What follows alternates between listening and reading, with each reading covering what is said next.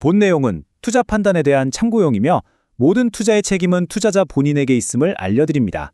특정 종목의 매수, 매도 추천이 아닙니다. 안녕하세요. 주식으로 세상을 이해하는 시간입니다. 2025년 증시 정말 대단했죠? 이제 모두의 관심은 한 곳으로 쏠리고 있습니다. 과연 이 뜨거운 열기가 2020년에도 계속될 수 있을까요? 오늘 국내 최고 증권사 리서치 센터장들의 분석을 탈탈 털어서 2020년 투자의 지도를 함께 그려보겠습니다. 오늘 우리가 함께 살펴볼 내용입니다. 먼저 2026년 시장이 과연 어디까지 갈 수 있을지 큰 그림을 그려보고요. 시장의 주인공인 반도체 이야기를 좀 더 깊게 파고들 겁니다. 그리고 나서 다음 주 주도주는 누가 될지, 소외됐던 코스닥의 기회는 없는지, 또 우리가 조심해야 할 리스크는 무엇인지 차례대로 짚어보고 마지막으로 현명한 투자 전략까지 정리해 보겠습니다. 자, 그럼 바로 시작하죠. 자, 그럼 가장 궁금해하실 부분부터 시작해볼까요? 작년에 그렇게 뜨거웠는데 과연 2026년에도 이 상승세가 이어질 수 있을까요?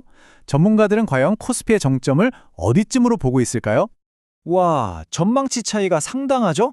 교보증권은 4,700선으로 다소 신중한 전망을 내놓은 반면에 대신증권은 무려 5,300선, 심지어 상황이 더 좋으면 그 이상도 가능하다고 보고 있습니다. 굉장히 낙관적이죠? 아마도 기업들의 이익이 얼마나 빨리 좋아질지에 대한 시각 차이가 이 숫자의 차이를 만든 것 같습니다. 아니, 이렇게까지 긍정적으로 보는 근거가 대체 뭘까요? 크게 한 4가지 정도로 볼 수 있는데요. 첫째, 우리나라 기업들의 이익이 내년에 무려 24% 가까이 성장할 거라는 전망입니다. 엄청나죠? 여기에 미국이 금리를 내리기 시작하고 불안했던 환율까지 안정된다면 외국인 투자자들 눈에는 한국 시장이 정말 매력적인 투자처로 보일 수밖에 없는 거죠. 자, 이제 우리 시장의 심장, 엔진이라고 할 수 있는 곳으로 가보겠습니다. 네, 맞습니다. 모든 투자자들의 시선이 집중되어 있는 곳, 바로 반도체입니다. 대신증권 이경민 부장의 이 한마디가 지금 시장 분위기를 정말 압축적으로 보여주는 것 같아요. 글로벌 메모리 반도체 시장의 풍향계라고 할 수 있는 마이크론 실적을 딱 보고 나니까 우리 전망치 너무 낮게 잡았나? 이런 생각이 들 정도였다는 거죠.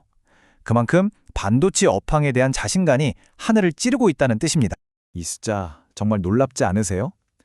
코스피 전체 이익 성장의 무려 94%를 반도체 혼자 다 끌고 간다는 얘기입니다.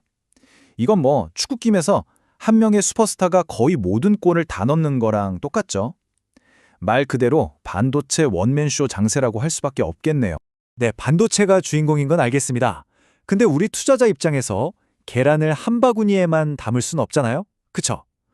그렇다면 반도체 다음 타자는 누가 될 수 있을지, 전문가들은 어디를 보고 있는지 한번 살펴보겠습니다. 첫 번째 후보, 바로 금융주입니다. 정부가 밸류업하라고 막 밀어주고 있잖아요. 이게 순풍이라면 금리 인하 가능성은 은행 마진에 부담을 주니까 역풍이 될 수 있죠. 정말 기회랑 리스크가 딱 동전의 양면처럼 붙어있는 아주 흥미로운 섹터라고 볼 수 있겠습니다. 다음은 정말 많은 분들이 마음고생하셨을 2차전지입니다. 오랫동안 힘들었죠. 대신증권 이경민 부장은 기술적 분석을 좀 흥미롭게 설명하는데요. 바닥에 공을 세게 던지면 어느 정도는 튀어오르잖아요. 바로 그 원리입니다. 고점에서 이만큼 빠졌으니 그 절반 정도만 기술적으로 반등해줘도 지금 주가보다는 훨씬 높은 수준이라는 거죠. 이 외에도 눈여겨볼 곳들이 몇 군데 떠 있는데요. 경기가 살아나면 자연스럽게 좋아질 IT 가전 쪽도 있고요. 또 금리가 내려가면 다시 한번 날개를 펼 수 있는 인터넷이나 바이오 같은 성장주들, 그리고 실적은 탄탄하지만 경쟁이 좀 심해지고 있는 자동차 섹터도 단기적으로는 주목할 만하다고 하네요. 자, 지금까지는 주로 코스피 대형주 이야기를 했는데요. 시선을 살짝 돌려보겠습니다. 모두가 큰 나무만 쳐다볼 때 그늘에 가려져 있던 코스닥 시장에 혹시 보석 같은 기회가 숨어 있지는 않을까요? 이 차트 한번 보세요. 코스피 대비 코스닥의 상대적인 매력도가 역사적인 저점 수준까지 내려와 있습니다. 이건 뭐냐면 마치 용수철을 꾹 눌러놓은 상태라고 볼 수 있는 거죠. 한번 튀어오르면 그 힘이 엄청날 수 있다는 신호로 해석하는 시각도 있습니다. 그럼 이 용수철을 튕겨줄 방아쇠는 뭘까요? 바로 이겁니다. 정부의 R&D 예산이 무려 20% 가까이 늘어난다는 소식인데요. 이 돈이 기술력 있는 바이오, AI, 로봇 같은 코스닥 기업들한테 흘러 들어간다면 와, 이건 정말 강력한 성장 동력이 될 수 있겠죠. 자, 지금까지 장밋빛 전망을 많이 이야기했는데요. 아시죠? 투자는 항상 동전의 양면입니다. 이제는 우리가 조심해야 할 부분, 길에 깔린 돌부리들은 없는지 한번 꼼꼼하게 점검해 보겠습니다. 가장 큰 변수 역시 환율이죠. 얼마 전에 1480원 넘어가면서 다들 깜짝 놀라셨잖아요. 근데 전문가들은 이게 정상 범위를 벗어난 일시적인 현상, 그러니까 오버슈팅이었다고 보고 있습니다. 오히려 앞으로는 1300원 아래로 안정되면서 외국인들이 다시 한국 시장으로 돌아오기 좋은 환경이 만들어질 거라는 기대가 더 큽니다. 교보증권에서 꼽은 3대 리스크인데요. 이건 2026년 내내 우리가 머릿속에 넣어두고 계속 체크해야 할 항목들입니다. 첫째, 글로벌 경기가 생각보다 불안정할 수 있다는 점. 둘째, 미국이 금리 인하를 하긴 할 텐데 그 속도가 너무 느릴 수 있다는 점. 마지막으로 미국 대선 같은 정치적 불확실성. 이 세 가지는 꼭 기억해 두셔야겠습니다. 자, 그럼 이 모든 분석들을 종합해서 우리 현명한 투자자들은 2026년을 어떻게 준비해야 할까요?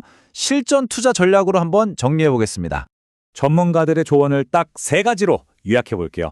첫째, 시장을 떠나지는 마세요. 하지만 너무 욕심내지는 마세요. 입니다. 한 15에서 20% 정도 수익이 나면 민첩하게 일부 이익을 실현하는 거죠. 둘째, 하락을 두려워하지 마세요. 오히려 기회로 삼으세요. 입니다. 큰 상승 추세 속에서의 조정은 패닉셀이 아니라 오히려 싸게 살 수 있는 기회라는 거죠. 마지막으로 금융주처럼 길게 봐야 하는 종목들은요, 적금 넣는다는 생각으로 꾸준히 모아가는 자세가 중요하다고 합니다.